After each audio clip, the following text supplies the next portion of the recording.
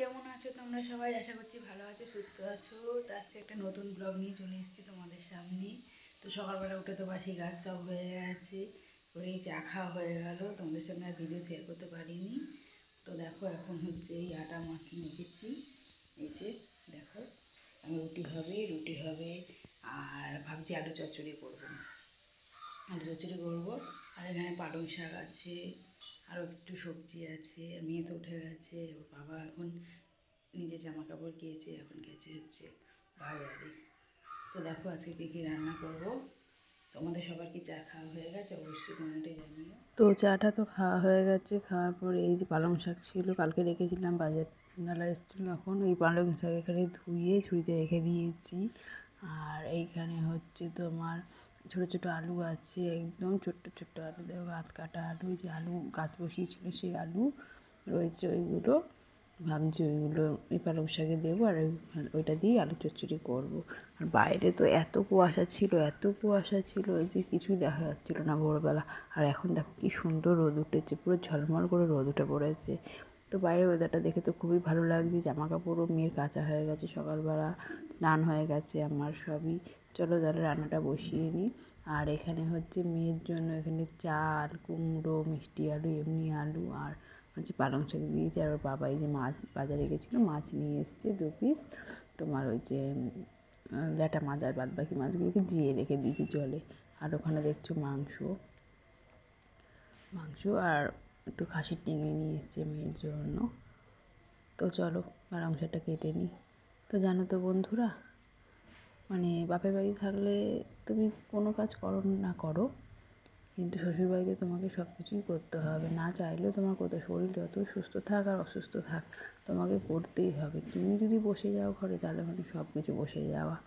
আর যদি বর যদি সেখানে যদি না সঙ্গ দেয়, তবে হ্যাঁ, এই দিক দিয়ে আমার ভাগ্য ভালো যে আমার বর আমাকে সব কিছু মোটামুটি যেটুকুনি পারে বাড়ি থাকলেই করে দেয়। বাড়ি না থাকলেও সকালবেলা কিছুটা করে দিয়ে আমাকে যায়। নয়তো মেয়েকে নিয়ে একা হাতে কি পারা সম্ভব? তো পালং শাকটা ভাবছি যে একটু ঘন্ট মতো করবো। তো এখানে দেখো সাদা মূলো নিয়েছিলাম। তো দেখো এখানে আমি মূলো কাটতে বসে পড়েছি। সাদা মূলো বসে অনেকে না শুনেছি যে এরকম কাছাকাছি খায়, বলে অনেকে ভালো লাগে, তো তবে আমি কিন্তু কোনো দিন খাইনি, আমার অবশ্য ভালোও লাগে না। তো দেখো এখন মূলোটা কেটে নিয়েছি, কালকে নিয়েছিলাম 510 টাকা দিয়ে নিয়েছিলাম। তা মেয়ে তো এখন ঘুমাচ্ছে, না পালং শাকটা তাহলে কেটে ফেলি, কেটে সব জোগাড়যন্ত্র করে রাখলে রান্নাটাও দেখবে তাড়াতাড়ি হয়ে যায়। তো দেখো আমার পালং শাক কাটা হয়ে গেছে, কেটে রেডি করা হয়ে গেছে, এখন শুধু ঝপাঝপ বসিয়ে দেবো। আর এখানে আলু কেটেছি, এই ছোটো ছোটো আলুগুলো কি বলো তো জমিতে হয়েছে, তো সেই আলুগুলো কাটা বাজা আলুগুলো ফেলে দেবো, না তরকারিতে করে নেবো। তো দেখেন কড়াই আমি বসিয়ে নিয়েছি, বসিয়ে এখানে শুকনো লঙ্কা আর হচ্ছে পাঁচফোড়ন দিয়ে আলুটাকে প্রথমে একটুখানি ভেজে নিলাম। ভেজে নিয়ে এবার একটু আদা ফোড়ন দিয়ে আমি পালং শাকটাকে সম্বাদ দিয়ে দিয়েছি। তো দেখে মনে হচ্ছে অনেকটা, কিন্তু করলে একটুখানি হয়ে যাবে। আর তোমাদের মধ্যে কী কী পালং শাক খেতে ভালোবাসো অবশ্যই জানিও। পালং শাকে রয়েছে বহু গুণাগুণ, যেগুলোতে প্রচুর ভিটামিন। আর পালং শাক তো আমার রুটি দিয়েও ভালো লাগে। তো এখানে দিয়ে দিলাম দেখো নুন,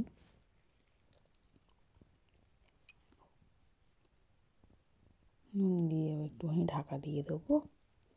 তো এটা মজে গেলে তারপর দিয়ে দেবো হলুদ আর যা মশলা লাগবে সেই মশলা। আর বাদ বাকি কাজগুলো তাহলে ততক্ষণে আমি সেরে নিই। তো দেখো কতটা জল বেরিয়েছে বন্ধুরা এখানে। তাও 4টে চেরা কাঁচা লঙ্কা দিয়ে দিয়েছিলাম। তো এখানে জল বেরিয়ে গেছে ভালোই অনেকটা। তো এবার এখানে আমি দিয়ে দেবো হচ্ছে হলুদ, পরিমাণ মতো হলুদ দিয়ে দেবো। আর একটু দেবো হচ্ছে জিরে গুঁড়ো। তো হলুদটা ভালো করে আমি মিশিয়ে নিচ্ছি। হলুদটা দিয়ে ভালো করে মিশিয়ে নিয়ে তারপর দিয়ে দেবো জিরে গুঁড়ো। তো দেখো ফাইনালি আমার পালং শাক হয়ে গেছে। তো কেমন লাগছে দেখতে অবশ্যই জানিও। আর জানো তো বন্ধুরা, খেতেও খুব দুর্দান্ত হয়েছিল, বর বলছিল যে খুব ভালো হয়েছে পালং শাকটা।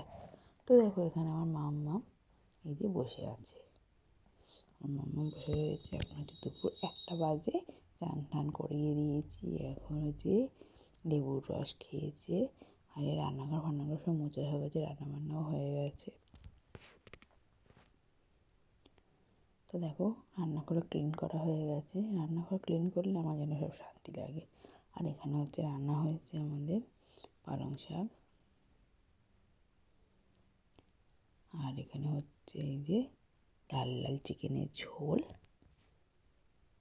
আর এখানে হচ্ছে আমড়ার চাটনি। আর ওদিকে হচ্ছে ভাত। এই হচ্ছে আজকে রবিবারের মেনু।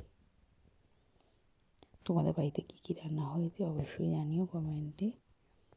আর এই যে খেতে বসে পড়েছি আমরা।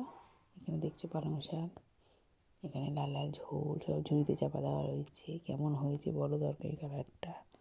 আর এখানে হচ্ছে চাটনি। আজকে চাটনি হবে। আমার মামাও খেতে ভালোবাসে, মামামের বাবাও খেতে ভালোবাসে। চলো বন্ধুরা খেয়ে নিই। আজকে ব্লগটা এই অবধি। কেমন লাগলো